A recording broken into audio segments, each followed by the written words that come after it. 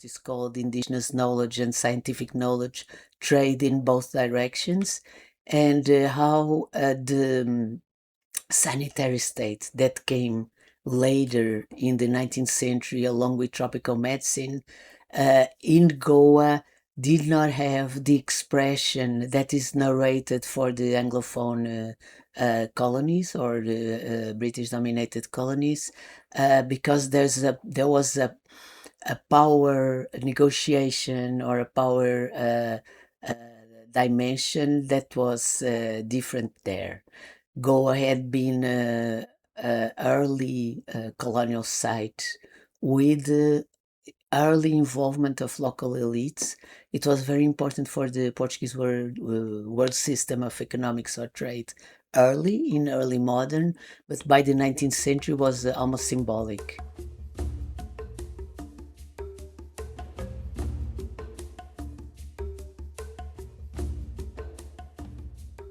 My name is Cristiana Bastos. I'm an anthropologist. I work here at the Instituto de Ciências Sociais, Universidade de Lisboa.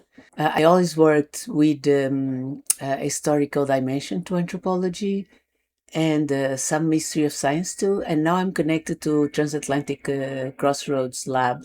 I tried to bring to Transatlantic Crossroads Lab some of the aftermath or reflections of findings to further exploration from my research project, The Color of Labor, the Racialized Lives of Migrants.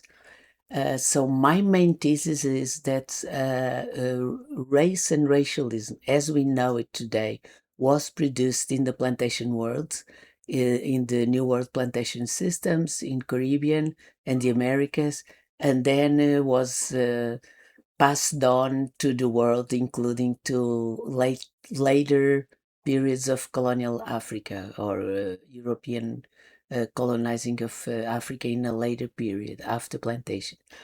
And one of the things that I would like to also add to the ongoing wonderful research that's been conducted by Cello Naranjo and partners is to think of the archipelagos of Cabo Verde and São Tomé through the angle of Caribbean studies rather than solely as part of the African world. So these two places in different moments had a very important key role in the trafficking enslaved people into the New World, into the Caribbean and the Americas, and also were experimental sites of plantation. And later, São Tomé got to adopt technologies of production, technologies of governing labor or exploring labor to the ultimate possibility from the Caribbean and the Brazil plantations. So these two archipelagos, they've been traditionally studied within the Portuguese-speaking connections or post-empire or empire, and I think bringing them in connection to the Caribbean world expands the knowledge and makes many things more visible. Okay, so I can only tell you from what I researched. I did a pilot study that was supposed to be in the entire colonial system. There's a lot of literature on the British system. I don't need to go through that, whether medicine was a weapon of empire, was an instrument of empire, was something adopted by the population or what. There's lots of debates on that. I tried to use unexplored Portuguese-speaking sources, and I mostly used for Goa. There's a book just coming out in Palgrave. It had a version in Portuguese, Medicine and Empire in Goa. And it's a collective volume with several authors. And we tried to think on how knowledge goes both ways, what is called indigenous knowledge and scientific knowledge trade in both directions, and how the sanitary state that came later in the 19th century along with tropical medicine in Goa did not have the expression that is narrated for the Anglophone colonies or the British-dominated colonies, because there was a power negotiation or a power uh, dimension that was different there. Goa had been early colonial site with early involvement of local elites. It was very important for the Portuguese world system of economics or trade early modern, but by the 19th century was almost symbolic. And it was not a place of invest. It became a place of investment of colonial values and stuff. And so later, when the African colonies became important for the Portuguese government, which was very late in the 19th century and in the 20th century. Then Goa was again a subject of attention, but the time frame I looked, it was something else that came up, like negotiations, resistance, and so on. So you don't have the strong colonial sanitary state that you find described for other places. Maybe the other places is overly described or not, but not what you find for later 20th century Africa and the like, or nation building South America with a strong sanitary state. Not in 19th century Goa. I was looking at how the plantation produces racialized categories. And it's not of my creation that the plantation in the Americas and the Caribbean produced the black category as labor.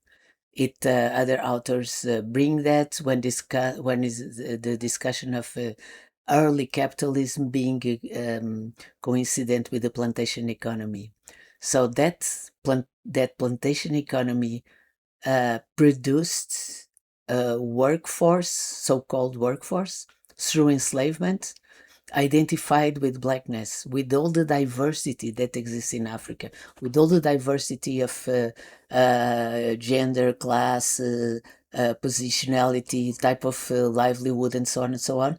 All that diversity became homogenized into a category of labor, which is black for the Caribbean and the Americas, and opposed to that, which is white, which is privilege. So this is the key of racialization in the plantation world. And my question in the color of labor was, given that, what happens after abolition and emancipation? Does the plantation keep producing racialized categories or otherwise? And what you find is that this dichotomy is already in place. It became ideology. It's convenient for the economy, and it's an ideology that reinforces the practicalities of the economy. I'm simplifying here, but that's basically what I mean. So this being in place, what other groups came to labor in the plantations became part of the system already in some sort of hierarchy.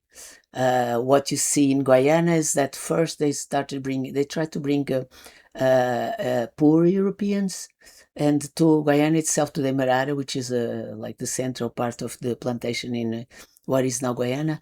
They brought Madeiran persons from men and women from Madeira Island. Madeira is very stratified society. At the bottom, people were very poor.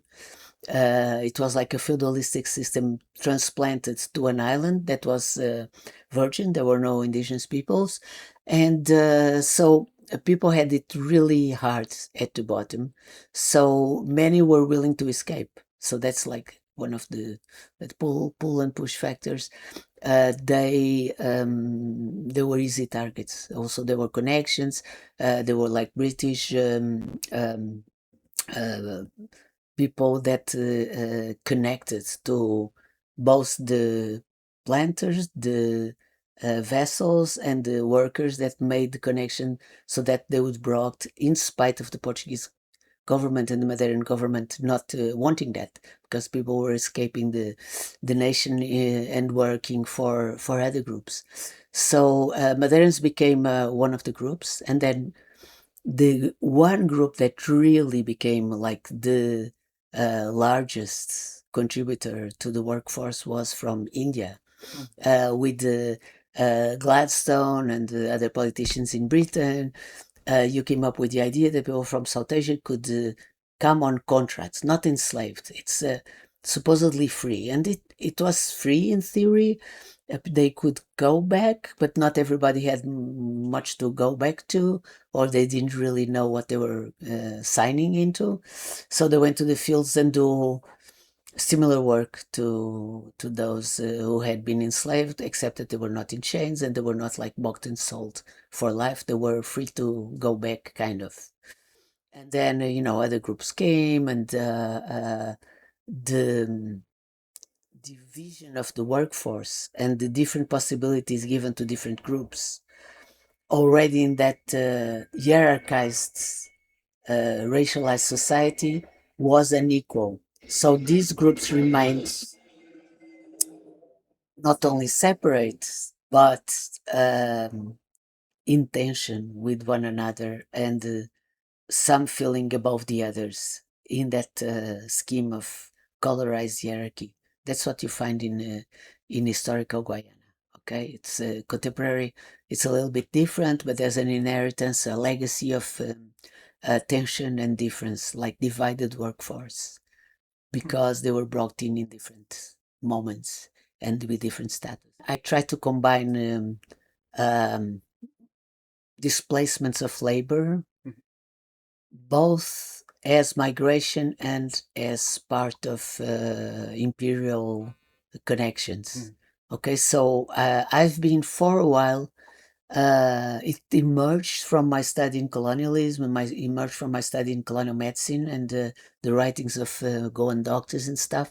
I came across some movements that challenged the different categories of migration or colonialism. Some movements were looked more like migratory movements than colonial settlements, or they were both.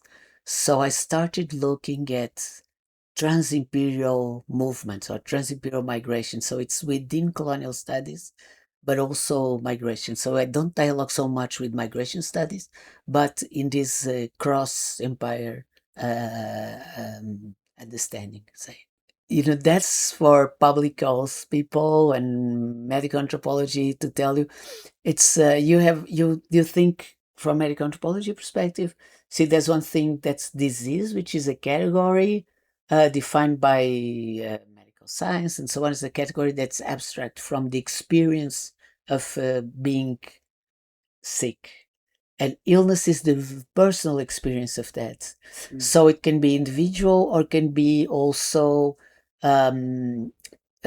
experienced collectively in different manners by different groups, because the access to proper food, housing, and all the things that define healthy life can be shaped by social inequalities. So you have, like public health people from the 19th century knew this, how access to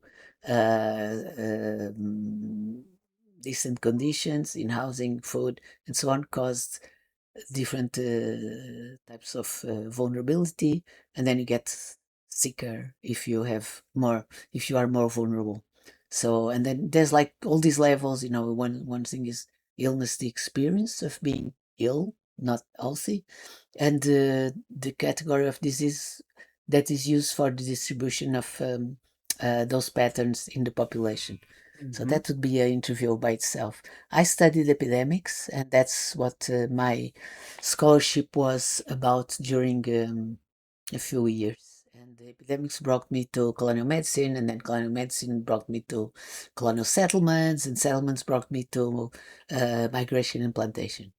Oh yeah, it's a challenge, because you either have a colonial pro-colonial bias or a very strong anti-colonial biases, which is more like what I had. And to go through the language of colonial administrators, sometimes it's very upsetting for the researcher, having to transcribe all this prejudice that often is expressed by administrators. But not all the writings are about expressing prejudice. Some are interesting. They come from a more like reformist perspective or humanistic perspective. So they try to understand what is going on behind their in front of them.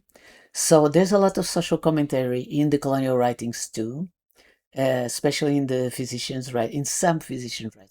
Not all of them. It's not just about like how many people got cholera or how people reacted to the smallpox vaccine or all of that. They do a lot of commentary on the social, ecological, hygienic conditions that you find, and you have to read through them. You have to at the same time do as Ansel say, along the grain, against the grain. You have to have a critical attitude through the sources. Any historian has that too, has to do a critical analysis of the sources, and you have to think ethnographically too while dealing with the archive. And the other thing is, I cannot ever do anything about any place, even if it was like 200 years ago, without knowing the physicality of the place, even though it's very different today. Like the scenario where things occurred, where people experienced this or that, or either the plantation or the drawing. For example, I'm working on a case of people that drowned when moving from the passenger ship to the island where they were going to work. After 6 months of traveling, so the moment they were disembarking, there were some waves and some people were drowned, and one witnessed that. And I had to see the place to understand what was, even though maybe the waves are not the same 100 years later. So this is about 120 years later. The waves may not be the same, but they are not that different. The bay is not that different. Like, so that's my personal thing. Other than having an ethnographic perspective or critical eye to the sources, I have to relate to the place. And so that brought me to, like southern Angola, to Willa Plateau, to Goa itself, first of all, to southern Mozambique, and then to Guyana, to Hawaii, to Mauritius, São Tomé. So I cannot write about places I have not experience of. So I rather, like write about places that I got some physical experience of so far. Maybe I'll change that someday.